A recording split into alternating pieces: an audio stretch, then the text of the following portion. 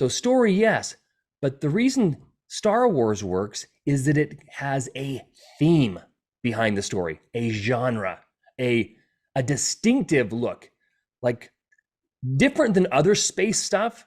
Most space themes are way into the future, and it's techy and clean and cool, right? But in Star Wars, it comes from a galaxy when Long time ago, far, far a away. Yeah. long time ago. This is ancient history, right? And so all their stuff is distressed and old and worn down. It's not the high tech, cool stuff that you see. That creates a visual library and a setting that the story takes place in. And stories are the best way to create an emotional reaction for our customers. And brain science in marketing over and over and over again prove that buying is an emotional decision. 95% of all purchase decisions are emotional. And yet so much of the marketing materials we use is is promotional materials. It's save 50 cents, buy one get one free. It's like, well, how is that supposed to make me feel? Mm. You're supposed to know you get one free, and that's exciting. I'm like, that's that's not about the brand, that's about the deal. Give me a reason to love your brand, and then I won't have to you won't have to ask me to purchase something to save money. It's like, I care enough about the brand and the company that I'm willing to pay whatever price you're offering. Like, I've got Apple, I everything, Me too. and I don't get it when it's on sale. I get it because I want it, and it's cool.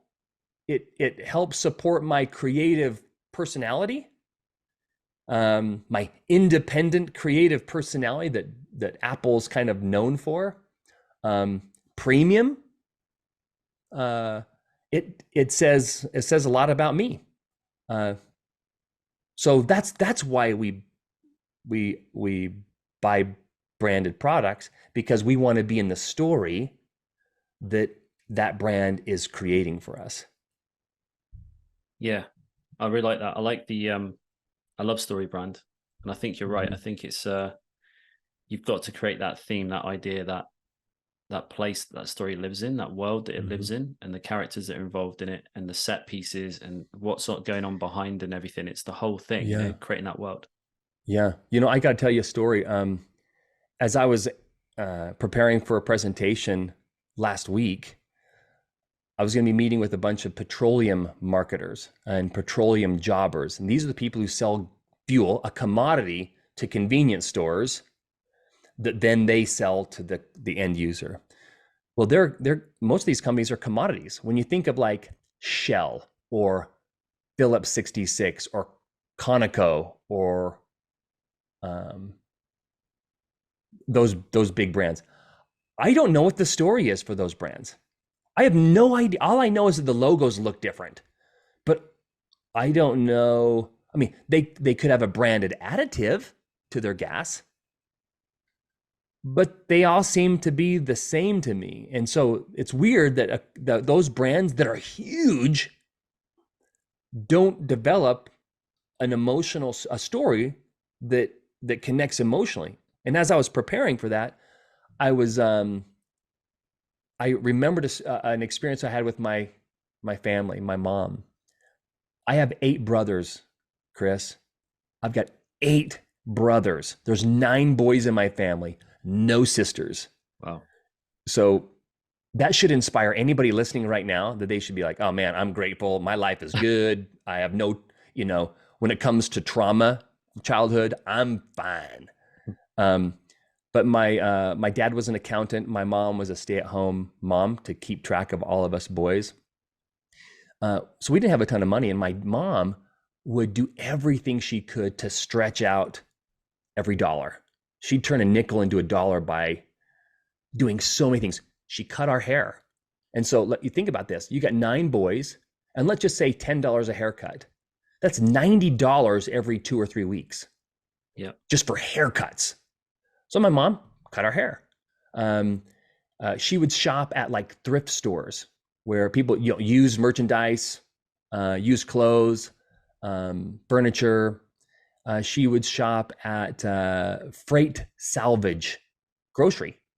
This is where like big trucks of products, if they crash or they have a spill or something like that, they shovel up all this product that's still good, but dented or damaged or broken or whatever, and they sell it at a discounted price. And so my mom would often buy food at these places because we kids didn't care if the can was dented. The peaches tasted the same. So another thing my mom would do is sew our clothes. Not all of our clothes, but occasionally she would sew some clothes. And when I was in like the 6th, 7th grade, these powder jackets were super, super cool. Powder jackets are like lightweight ski jackets. And they would have a big pocket, like a kangaroo pouch in front. Okay, with a little Velcro lid to it, right? Well, as kids, for some reason, they were super, super popular. And because they're popular, they became premium. They were expensive. And what we loved about these jackets is that, man, as a kid, you put your gum in there, your pencils, it's like a purse and a man bag strapped to your stomach. And it was cool, right? You put your money in there. Like I put candy in there. I love it. Well, my mom didn't want to go buy these jackets for all of us, so she decided to sew them for us. Well, when you're wearing a jacket that has a label on the back of it that says handmade by Wanda, the story behind that brand is very different than the brand that says Patagonia. And if you got a logo on your jacket that says Patagonia and the zipper has a Patagonia logo on it, there are telltale signs that tell your peers what brand you're associated with. And that puts you in a kind of a status. If same thing with cars. If you drive a BMW, you're in a different peer status than if you drive a Volkswagen.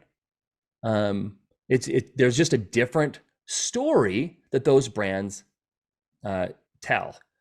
And I always felt a little embarrassed and uncomfortable wearing my mom's jacket because the story behind Handmade by Wanda was something like this was the story. I mean, you imagine the story of Handmade by Wanda. Here's the kind of the story that I think people would see. It's like this woman sewing, and then, Ernie, have you peeled those potatoes yet? Don't make me come in there. That's the story of Handmade by Wanda versus Patagonia, which is like world explorer, the coolest. It's like, what story do you want to be a part of? It's not about the product, because the jackets were pretty much identical, the same patterns, pretty much the same materials, but the little telltale signs that signal the story, the brand.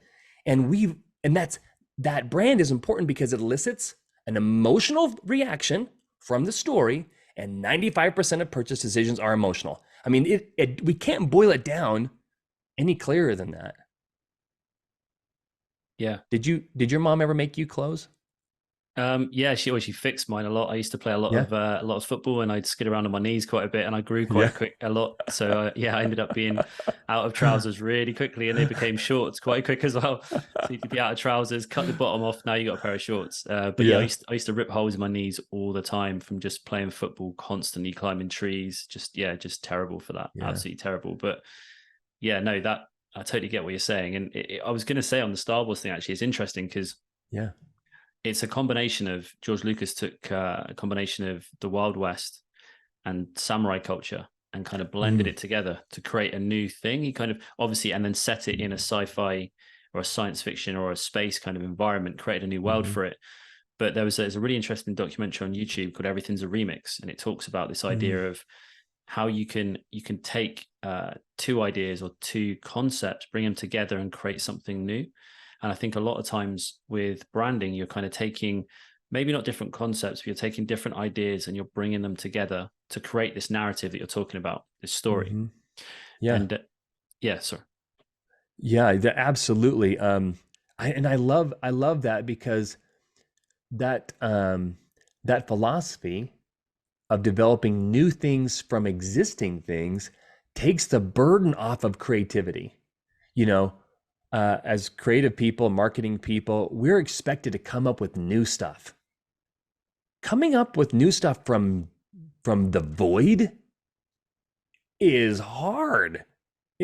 And like, if you come up with something like, well, George Lucas, the genius behind two cultures that he really loved and respected, the samurai, the Western, and you put it into a space uh, uh, a theme. It's like, cool. Now you've got something very, very unique from things that we also know. And there's this idea of a Venn diagram, the Venn diagram where you got the overlapping circles and stuff. If a good brand will have lots of overlapping circles of things that we're familiar with, concepts that we're familiar with, because we can connect to them faster. But if they're so new and so strange that we don't have any experience with the context, then it doesn't generate enough emotion. It doesn't generate enough familiarity, because